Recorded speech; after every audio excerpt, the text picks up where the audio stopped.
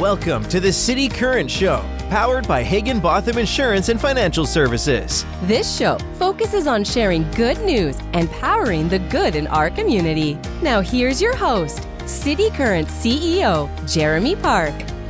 Welcome back to the City Current Show, powered by Higginbotham. I'm your host, Jeremy Park. We're always honored to bring you inspiring stories of individuals and organizations making a difference and powering the good. And that's why we're honored to have with us Melody Murphy, Director of Workforce and Continuing Education at Columbia State Community College. How are you doing? I'm great today, Jeremy. Thank you so much for having me on the show so that way I can talk about the work that we're doing here at Columbia State. Well, you are doing tremendous work when you talk about higher education, continuing education, workforce development, and training. There's a lot to unpack, but let's start with a little bit of context for those who need to better understand all the good you're doing at Columbia State Community College. Give us some context for the school overall, and then we'll dive into the programs. So Columbia State Community College was the first community college in the state of Tennessee, and we are very proud of that. We serve 9 counties in southern Middle Tennessee. So Williamson County is our northernmost, down to Maury, Lawrence, over to Giles and Marshall. And then you go the other way and we have Hickman, Harry, Lewis, and Wayne. So very large service area, lots of communities that we are engaged with, and we try to find programs that are going to add the most impact and help those communities. Yeah, I think you serve a really critical intersection when you look at job opportunities, companies, what's needed in the workforce, being able to make sure that all those programs align so that, they have the skill sets, the graduates, the employees have the skill sets to be able to succeed for the benefit of the community. And so talk about that, when you look at the importance of Columbia State Community College, talk about the importance of serving in the community and doing all the good you do. When community's in the name, I think that's a big part of your brand, right? So it's important that we engage with our community members. So all of our academic programs have advisory boards. So any of our Associates of Applied Science programs are going to have advisory boards so that way we can ensure that our students are meeting the needs when they are going out into the workplace. So that's a big part of what we do on that side. We also have technical certificates that are available for students so they can get in and out very quickly. Obviously, lots of transfer students. And in workforce, we do a very similar thing. I go to a lot of chamber events, city current events, and I'm just meeting and engaging with people to find opportunities for programs that we can create that are going to add the most impact. Well, let's dive into your world. When you talk about continuing education, workforce development, so being obviously the Director of Workforce and Continuing Education, talk about your world. So it's a very interesting space. All the community colleges in Tennessee have one as a part of the Tennessee Board of Regents network, but we all do different things because we have different service areas. And so we don't currently have funding. There's no state or federal funding. You can't use lottery scholarship money for our programs.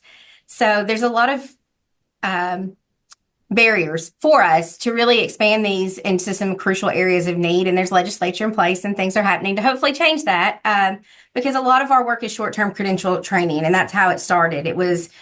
Our departments were created to get people who are in the workplace upskilled and into a different position very quickly. So that dynamic still exists in the work that we do. And because our programs are so short, they don't qualify for that funding. So I have leaned into the needs of our employers in a way where maybe people don't necessarily have the soft skills that they need in the workplace. They have the technical acumen, but they're not engaging in a way that's really making them a good team player.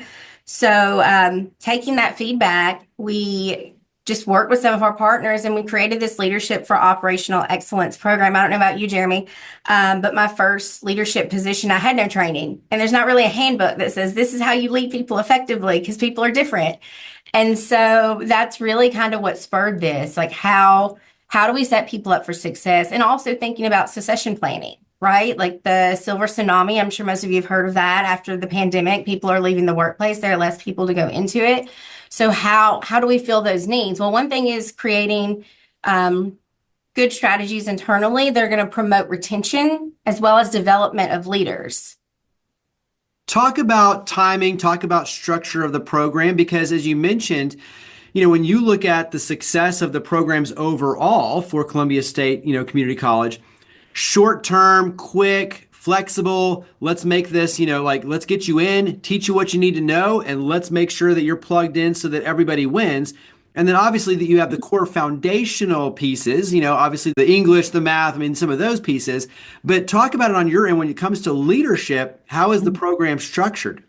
Well, and because this is a workforce and continuing ed program, you don't actually have to apply to the college. So you don't have to take the gen eds. A lot of people that have taken this program have already have degrees. So I do want to share that. We've had people with high school diplomas, with people to masters take this program together because it's really about leadership. It's not about the technical pieces. And I just like to share that because people don't always understand how the workforce programs work. So as far as that goes, it's really about self-awareness, like analyzing, understanding your purpose for why you want to do it. And so again, it is short term. And what we've done is we've tried to make it palatable because the other thing that I hear when I'm talking to employers is we need employees. And so I understand that burden. And so we tried to set it on a timeline that made it realistic for companies to allow people to come to the program. So what we do is we meet 2 days a month, one Thursday, Friday a month for 4 months. So it's 8 full days of learning at our Williamson campus. And we just kind of break it down into topics and work our way through it. And then on the in-between sessions, there's a little bit of light reading, not a ton of homework, you can get it in the audiobook even, but a little bit of reflection, and we send some thoughtful Thursday prompts along the way to keep participants engaged and getting that feedback, asking them, hey, how are you applying this? Has this come up? What have you done? Really making them think about it. And then we share their experiences when we meet again. And we found that works really well. If you do I would love to do it every 2 weeks, but I don't think that is as realistic of a model for employers. Yeah, I'm glad you made the distinction that this is a separate opportunity. I think, to your point, that's a critical piece of this is that it's open to all and, separate in terms of the piece. And I think, too, for individuals and for corporate opportunities, when you look at kind of teams being able to go through as a cohort, I think there's a lot of powerful access and obviously opportunity. Talk about some of the feedback you're already getting from the program. So I want to comment on the cohort model. So when we started this last spring, we did it in the spring and we did it in the fall of 24. And in between doing that, we received the opportunity to do a contracted cohort for Williamson County government. So we actually just finished doing similar model. We did make it a little more custom to fit their specific needs. But we just finished that as well. So we've opted to only offer this program in the fall at our Williamson campus. So we will have a new session in the fall, teaser. But we did embrace that cohort model as well. For me, one of the big things about it is leadership is leadership. I've had a number of jobs throughout my career. I actually started in undergrad when I finished as a chemist before moving into this, and I have an MBA, and now I'm working on a doctorate in education. So education is not linear in any way, shape, or form, but leadership problems are always the same. It's people.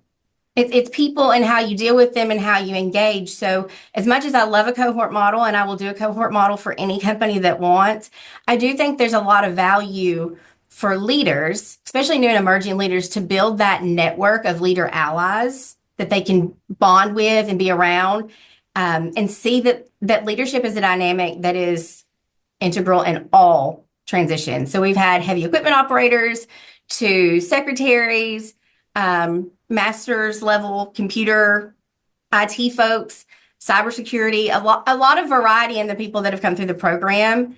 And I think that's really what makes it dynamic because it fits for everybody. And I cannot remember the second part of that question.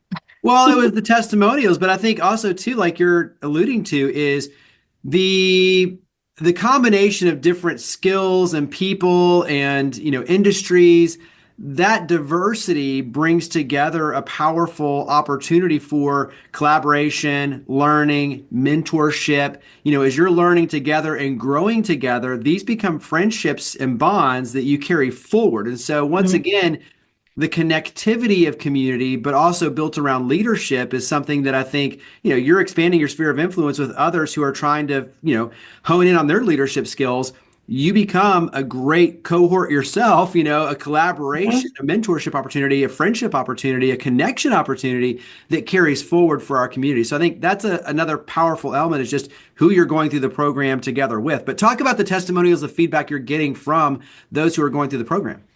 So people love the program, and I know that feels like a very canned answer, but what I will tell you as far as showing metrics on that, we've already had a number of individuals that have gone through the program be promoted into new positions within the companies that they work with. We have one student or participant that finished the program and decided, you know what, I do want to take advantage of Tennessee Reconnect, and I want to go back and I want to get my degree. And so they've enrolled with classes here at Columbia State to work on their associate's degree, and hopefully they'll continue and get their bachelor's. And that's something that is really important to me. As somebody who does continuing learning, who is a lifelong learner, I want people to see that this is a learning opportunity and you can be a learner if you choose to do so. And I think that's really helpful. But my biggest success story, well, there are two that are really, really good. We have one individual who went through the first cohort who is still working for the company that sent her. I want to add that. But she's also, along with her husband, started her own business. So it gave her the courage to really kind of step out, and she felt equipped to make that move. And I'm very excited for her. And then we had another participant who self-paid. They talked to their employer and got approval to be off on the dates for the program. About halfway through, a situation came up at work, and he applied the skills that he was learning in the program to that situation and handled it so well that his boss asked him, and he's like, this is what I learned in that program. And they said, you know what, we want to reimburse you for that program, because they saw the value in it, right? And I don't know that there's anything that's going to speak more volume or value for the program than that. Yeah, and just like you said earlier, when you're in leadership, you're dealing with people and you're dealing with people problems, but you're also too being able to bring creative solutions that add value to your company. And I think, when you talk about these sort of higher ability, soft skills, leadership skills, whatever term you want to kind of put on there, all of it is, how do you grow as an individual? How do you better and, more effectively lead people? And how do you add value and grow the company? And I think, just like you're talking about, there's tremendous value for companies to be able to send. And there's not that many places where you can be immersed and learn about yourself and your leadership styles, your strengths and weaknesses, and how to ultimately lead people effectively, especially for those who don't have those chances in the workplace necessarily. You've got to learn them somewhere to be effective. And I think this is exactly the opportunity for individuals who want to go in, on their own, just like we're talking about, or for companies who say, hey, we see something special in you. What better way to show it than to invest in you to go through this program so that you can, fine tune your leadership skills and be with us long term to really make a huge difference. And so, talk about kind of that piece of next steps for those who say, okay, companies, this sounds great for my employees, individuals, this sounds awesome. How do they start taking next steps? The best thing to do right now is you can go to our webpage, or you can email Workforce Dev. It's Workforce, DEV as in development, workforcedev@columbiastate.edu. That will go to me and our workforce team. We can send you the link and get you directly to it. You can go to columbiastate.edu, and our workforce and continuing ed page is right at the top on the right-hand side, and you can browse our courses, and leadership is there. We should have a web page up about the program with a video explaining the format of it a little bit better, but reach out. We would love to talk to you. We would love to help you. I just, to your point about diversity, when you're talking about self-awareness and helping people understand their purpose for leadership and why it's important to them, it's setting them up for success. But when you're in that room, for me, learning is about being in a safe and brave space. You have to be able to be vulnerable. You have to be able to be honest. And that's how you grow when you step out of your comfort zone. And by having that diverse group of people, it really helps you while you're working on your self-awareness, while they're working on their self-awareness, for you to see those differences in people and how those different lived experiences shape our thoughts and our feelings and our perceptions. And I think that is a really key critical component that helps these individuals go back and look at their teams differently and maybe have additional empathy and understanding where they can better connect with those individuals. And that's something that means a lot to me. Talk about this in terms of timing, because you mentioned the fall, but talk about this for someone who says, hey, this sounds great now. How does that timing stack up? People like to take a summer break. Everybody needs a break. I'm a big advocate of that. So the next cohort will start in August. If you have a company and you want to do something right now, we can get set up and we can be going, because we already have the model. Unless you want something really custom, we can be good to go in a couple of weeks if you're ready to do something now. And again, that's why we've opted to only do the program in person once. And it's a small cohort size, so like 15 to 20 folks tops, because everyone's sharing, everyone's engaging. These are not sage on the stage lectures. You are engaging. There are subject matter experts that will come in. There's Q&A, there's case studies, lots of components to make sure that people are getting the full experience.